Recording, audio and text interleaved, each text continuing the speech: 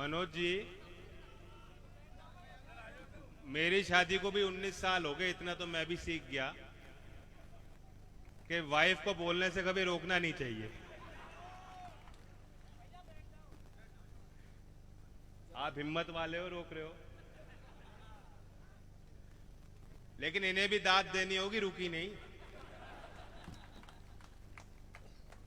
मैं बधाई देता हूं आपको भी, रंजीता जी और मनोज, जो कि अभी दल में आए हैं। लोक दल के विचारधारा को आप मजबूत करेंगे, मुझे विश्वास है। हमारे दल के पुराने कार्यकर्ताओं को आप पे विश्वास है। बधाई सभी कार्यकर्ताओं को देता हूं कि जैसा अभी रंजीता जी ने बताया, और आपको मालूम है कि ये मीटिंग कल शाम तक कहीं और होनी थी, जहां दूसरी व्यवस्थाएं थी, तैयारियां थी, और चंद घंटों में ही आप लोगों ने दोबारा वहां से तंबू उखाड़ करके यहां जमाया है और यहां के लोग जुटे हैं। आप सब बधाई के पात्र हैं और मेरे लिए बहुत बड़ा आशीर्वाद है। अभी इंडिया का मैच चल रहा है। मैं पहले मुझे जानकारी थी, मैं सोच रहा था 4 बजे से है, पता लगा रास्ते में चल रहा था कि 1:30 बजे से ही चल रहा है। तो मुझे शंका हुई कि कहीं नौजवान ऐसा ना हो कि टेलीविजन के आगे जमे हो, लेकिन आप सब नौजवानों को देख के लग रहा है कि आपने पिच अपनी यहीं जमा रखी है और इसी पिच पे हमें बैटिंग करनी है। सवाल लोनी का है, विकास कुंज में सभा चल रही है, लोनी के विकास के सवाल हैं। उन सवालों का उत्तर हमें और आपको ढूंढना है ना, तो यही हमारी पिच है। देश में जो राजनीति है, जो चर्चाएं चल रही हैं, उससे ज्यादा अच्छे लोगों का वास्ता नहीं रहा। मीडिया के चैनल कई गुना बढ़ गए हैं। मीडिया में पहले जब शो होता था प्राइम टाइम 7 बजे, 8 बजे, 9 बजे, न्यूज चैनल को लोग बड़े विश्वास के साथ देखते थे कि खबर है, खबर यानी हमें देश और दुनिया की जानकारी मिलेगी। लेकिन अब तो रंगीन चश्मे से दिखते हैं टेलीविजन पे, सबका अपना एक विचार है जो थोपे जाते हैं। पहले एक आदमी बैठता था कैमरा के सामने, अब 10 लोग अपनी अपनी छोटी छोटी खिड़कियों में होते हैं, एक दूसरे पे चिल्ला रहे होते हैं। तो मनोरंजन भी हो गया, वो खबर के नाम पे मनोरंजन ज्यादा है।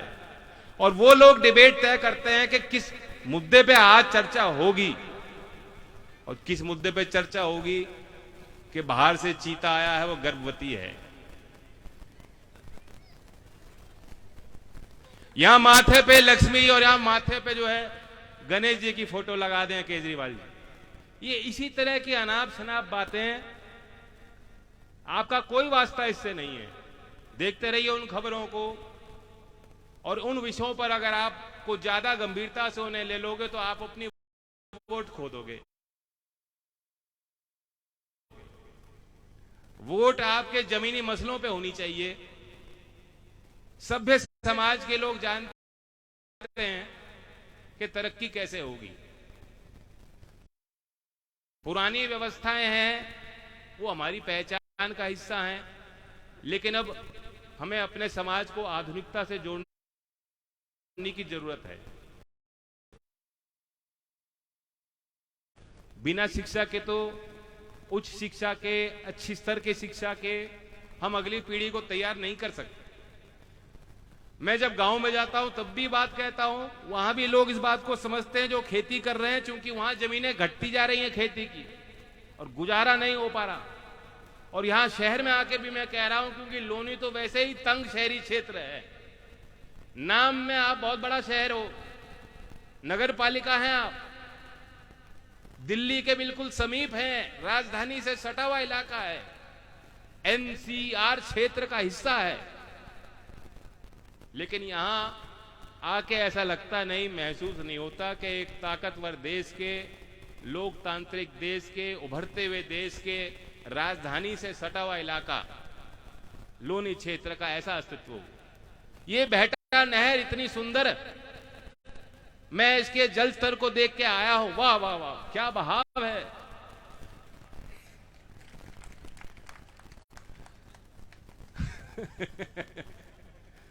और कुछ कहने की बात रह गई क्या? जलवायु प्रदूषण हमारे लिए घातक है। अब इसका दोष तो कुछ लोग चाहते हैं कि सिर्फ किसान को जाए,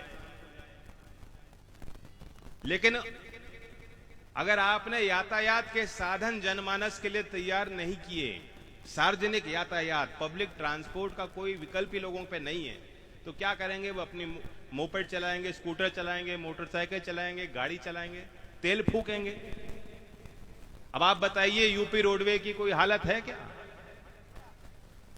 बसें बिल्कुल चलने लायक नहीं, रास्ते चलने लायक नहीं।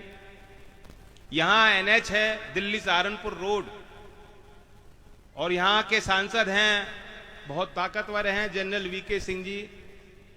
बहुत बड़ी मतों से आप उनको जिताकर भेजते हो। बल्कि पिछली बार तो चर्चा ये चली थी कि मोदी जी से ज्यादा उनका मैंडेट बड़ा मिल रहा था और उनकी काउंटिंग बंद करा दी गई थी कि कहीं नुकसान ना हो जाए उनको। ये अफवाह चली, चर्चा चली थी कि इनकी काउंटिंग बंद करा दी, वरना उनके ज्यादा मत आ रहे थे। तो इतना विश्वास आपने उनको दिया, ताकत आपने उनको दी, और केंद्र में मंत्री हैं, परिवहन विभाग के राज्य मंत्री का दर्जा उनको है। लेकिन मैं आपसे पूछता हूं कि दिल्ली सहारनपुर रोड जो आपके इस जनपद से होके जाती है, क्या वह आपको लगता है कि नेशनल हाईवे है? शिक्षा की बात मैंने छेड़ी, यहां महिलाएं अच्छी संख्या में आई हैं। मैं आपसे पूछता हूं, मुझे लगता है कि यहां लड़कियों का डिग्री कॉलेज भी नहीं होगा। यहां 500 बेड का कोई सरकारी अस्पताल भी इतनी बड़ी आबादी के बीचों बीच आपको नहीं मिलेगा। सरकार की जिम्मेदारी क्या होती है कि ये सरकारी सेवाएं मध्यम वर्ग के आदमी के लिए, गरीब वर्ग के आदमी के लिए वो मिलनी चाहिए और सेवा का स्तर बेहतर होना चाहिए।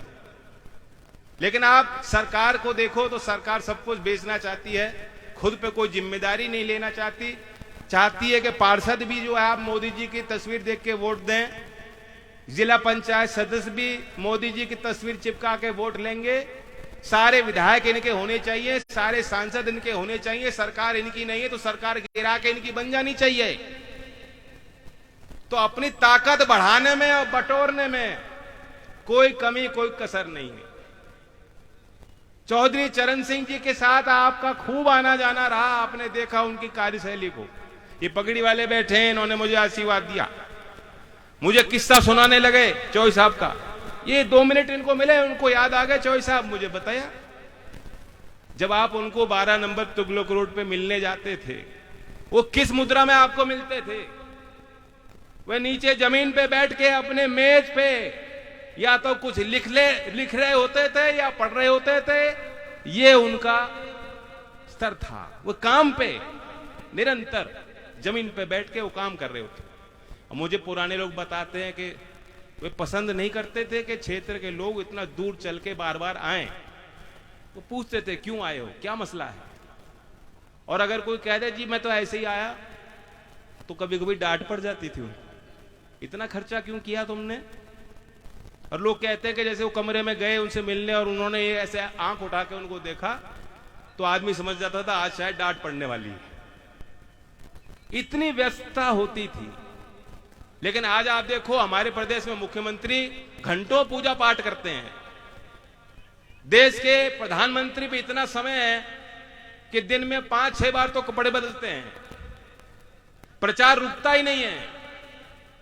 आपदा में अवसर बनाओ, आपदा को भी अवसर बना दिया और इतना प्रचार करते हैं, इतना प्रचार करते हैं। मुझे बड़ा ताजुब हुआ, कल प्रधानमंत्री का बयान सुना, मैं कहा कि मैं चाहता तो मैं अपनी तस्वीर छाप देता चारों तरफ, मैं भी विज्ञापन दे सकता था अपनी तस्वीर के साथ। अनाज के बोरी पे इनकी फोटो लग रही है, आपने टीका लगाया उस सर्टिफिकेट पे, देश में किसी, दुनिया में किसी देश ने ऐसा नहीं किया। आप टीका लगा रहे हो, वो सर्टिफिकेट पे मोदी जी की तस्वीर लग रही है। इन्होंने अपनी तस्वीर छपवाने में कोई कसर छोड़ी, खर्चा करने में कसर छोड़ी है? खूब रौनक रहती है इनकी। फिर भी क्या कह रहे हम तो बड़े सीधे साधे आदमी, गरीब आदमी, झोला उठा के फकीर आदमी चल पड़े। तो ये सब मार्केटिंग है, ये सब मार्केटिंग है। और जब आप प्रयास करोगे सवाल पूछने का, वित्त मंत्री महिलाएं हैं, अभी आपने रंजीता जी को सुना, बेबाकी से अपनी बात रखी, वित्त मंत्री जी भी रखती हैं, लेकिन अपनी बात कहने में वे सक्षम हैं। लेकिन जब आप उनसे कोई सवाल पूछोगे तो जवाब नहीं देना चाहिए। जब उनसे पूछा गया महंगाई हो रही है, जवाब मिला कि मैं प्याज नहीं खाती। आज भारतीय रुपए धड़ाम से गिर रहा है।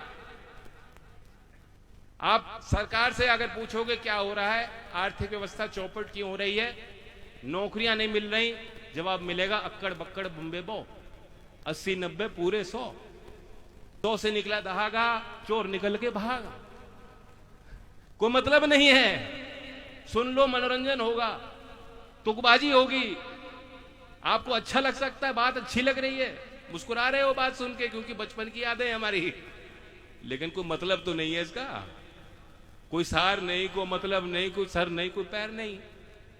तो ये लोग आपको उलझा के रखेंगे और यहाँ की जो मूलभूत सुविधाएं हैं, जो सवाल हैं आपके रोजी रोटी के, आपके जीवन के संघर्षों के, उनका कोई हल पेश ये करने वाले नहीं।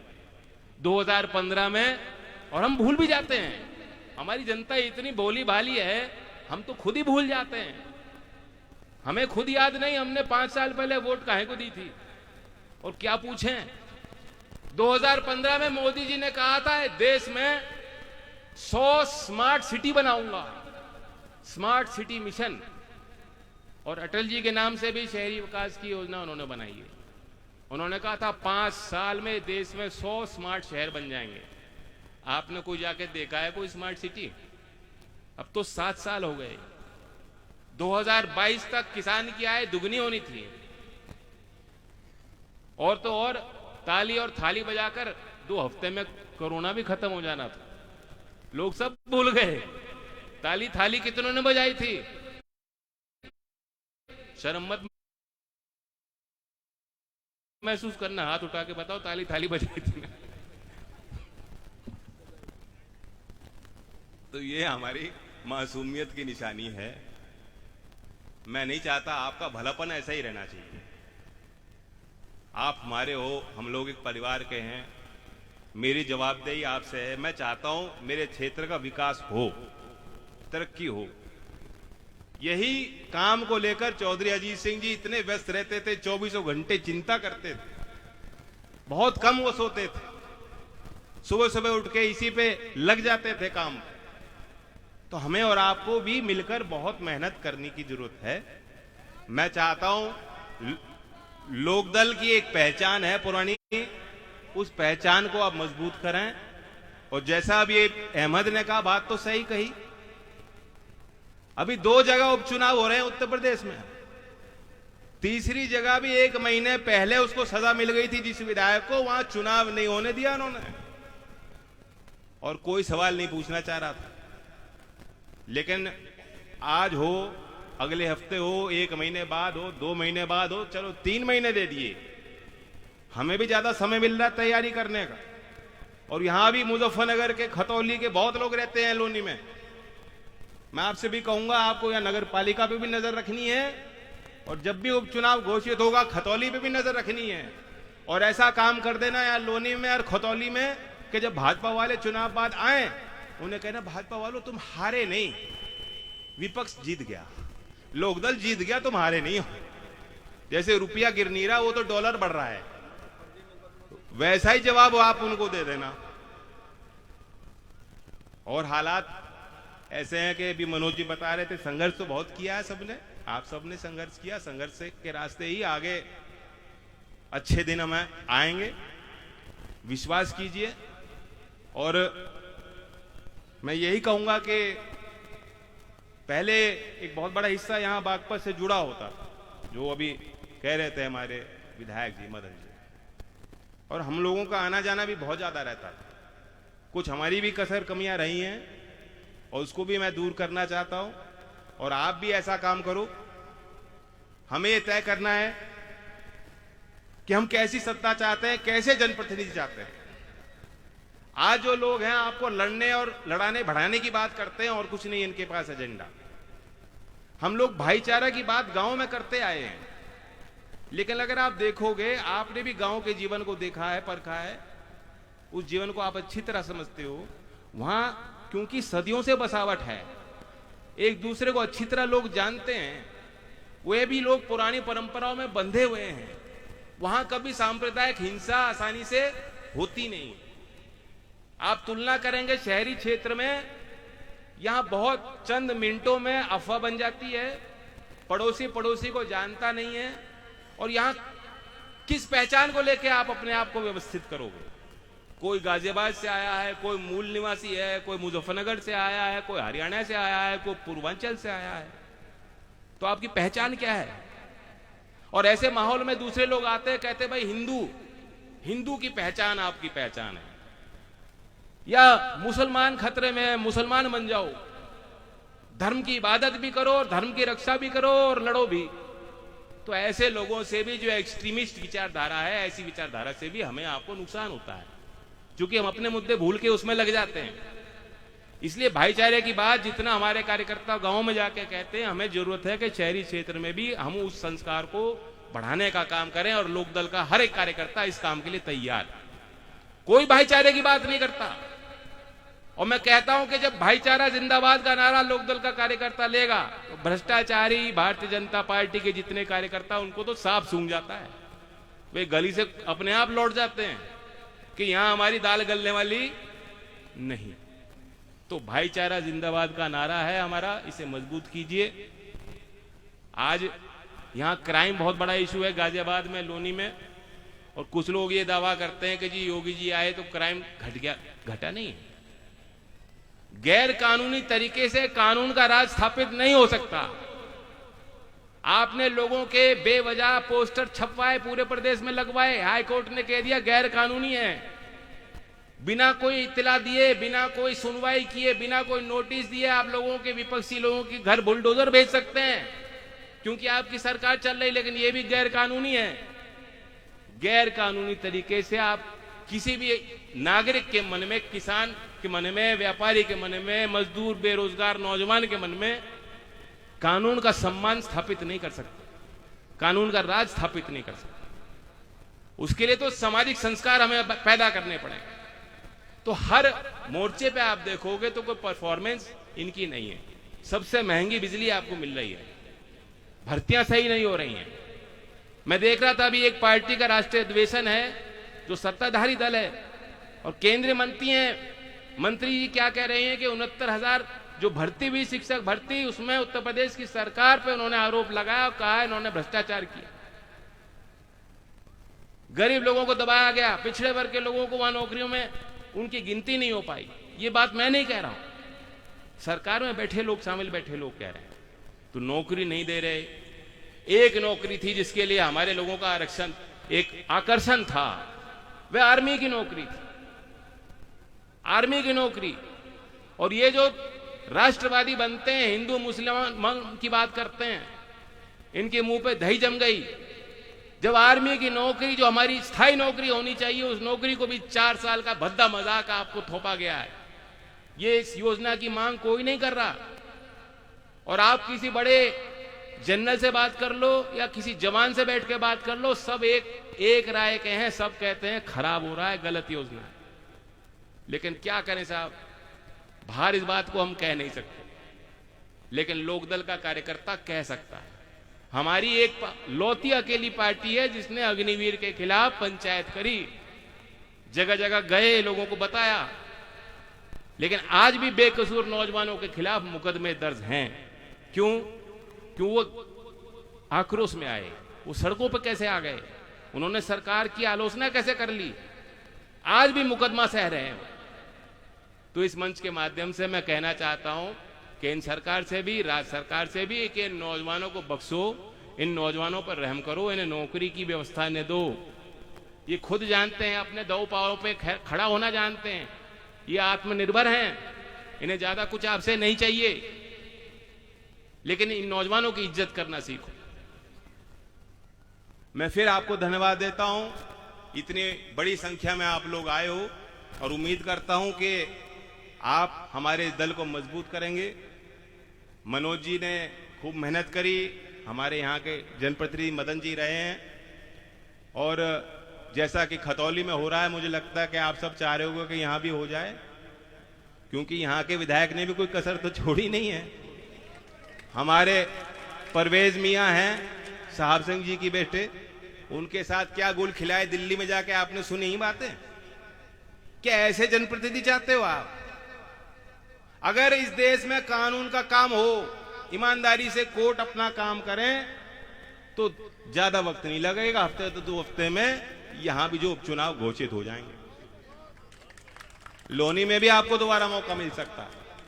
तो नफरत की खेती करने वालों का अंत है, और इसलिए किसान का मेरे वर्ग को मजबूत किया जाए, चौधरी चरण सिंह जी की विचारधारा को मजबूत किया जाए, और लोनी के विकास और लोनी की तरक्की के रास्ते पे हम लोग लोनी के जनता के साथ कदम से कदम मिलाने के लिए तैयार हैं। धन्यवाद। जय हिंद, जय भारत। जय हिंद। बहुत बहुत धन्यवाद। कपिल चौधरी जी भी आए हुए हैं, मैं उनका भी दिल से